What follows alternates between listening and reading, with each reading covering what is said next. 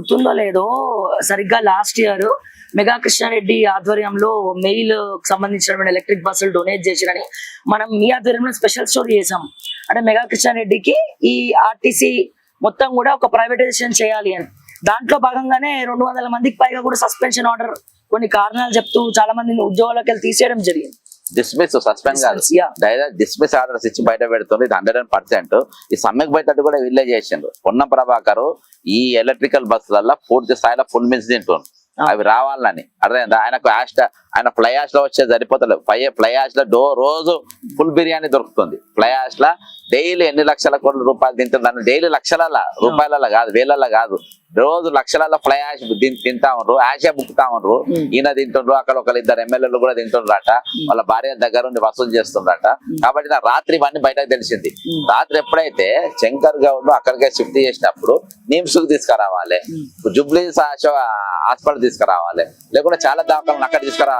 మీరు అక్కడికి ఎక్కడో కాంచన్ బాగ్ ఎందుకు పట్టుకపోవాలి? డిఆర్డిఓ కాంచన్ బాగ్ తీసుకపోయి ఆడ ట్రీట్మెంట్ కోసం అని అక్కడ పెట్టింది. అక్కడ దేనికోసం పెట్టింది? అది కూడా నాకు దాంతో ఆవేశం చెంది నిన్న నేను మంత్రి వచ్చిండు, బయటకు వచ్చి అరే ఆయన చనిపోయిన ప్రాణంతో లేడని చెప్పాలి కదా. వెళ్ళిపోయి ట్వీట్ లో పెట్టిండు. ఏమని పెట్టిండు? ఆయన అంతా హ్యాపీగా ఉండు, బ్రహ్మాండంగా ఉండు, ఇప్పుడే పాలు తాగిండు, కాళ్ళు ఆడిస్తుండు, చేతులు ఆడిస్తుండని ఇంత పెద్ద ట్వీట్ పెట్టిండు. బతుకున్నాడని బతుకున్నాడని చెప్పి మేము బయటకు వచ్చాము. ఆ ఆవేశంతో రాజకీయమే ఎంత దుర్మార్గం చెప్పి చనిపోయిన వ్యక్తిని బతికిపోయినా చూపెడితే మేము అంతా అక్కడికి వెళ్ళిపోయినాం. కానీ నాకు ఇన్ఫర్మేషన్ చనిపోయిందని. కానీ అరే ఒక మంత్రి చెప్తుండు కదా, వాళ్ళు చనిపోయిన బతుకున్న మనిషిని చచ్చిపోయినట్టు వాళ్ళు చెప్తుండ్రు కావచ్చు. మంత్రి చెప్తూ అక్కడ నేను చచ్చిపోయినా చెప్పగానే ఆవేశంతో నేను అక్కడ పోయి ఇక్కడికి నేను పోయినాకనే అక్కడ ఊపొచ్చింది. అప్పటిదాకా అందరు సైలెంట్ గా కూర్చున్నారు, మీడియా వాళ్ళు ఉన్నారు, అందరు సైలెంట్ గా ఉన్నారు. నేను పోయి నిలదీసిన తర్వాత మంత్రిని నేను లెఫ్ట్ అండ్ రైట్ ఇచ్చిన తర్వాత మంత్రి పారిపోయాడు.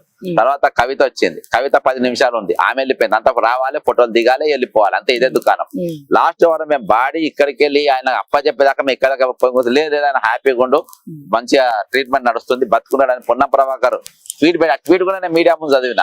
కాబట్టి మేము వెళ్తున్నాము, మేము పేషెంట్ డిస్టర్బ్ చేయదలుచుకోవాలని పోయిన తర్వాత మేము పోయిన గంట సేపటికి బాడీ తరలించిన. మేము నిన్న రాత్రి దాదాపు 2:30 వరకు అక్కడ ఉన్నాము. మేము అలసిపోయి ఉన్నాము. ఇంటికి పోయేటరకు మేము పండుకున్నాం. మేము లేచే వరకు బాడీ హన్మకొండలు ఉన్నదని చెప్పి ఫోన్ వచ్చింది. ఫోన్ రాగానే సీక్రెట్ పెట్టి భయపడ్డం ఎందుకు? అది ఈ రోజు గవర్నర్ గారికి అదే రీప్రజెంటేషన్ ఇచ్చిన.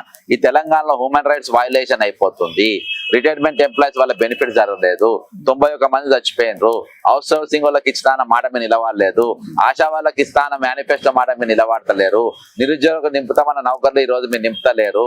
ఈ రోజు దాదాపు 25,000 మంది రిటైర్డ్ అయ్యి రోడ్ల పైన ఉన్నారు. వాళ్ళ రావాల్సిన బెనిఫిట్స్ వాళ్ళకి ఇస్తలేరు.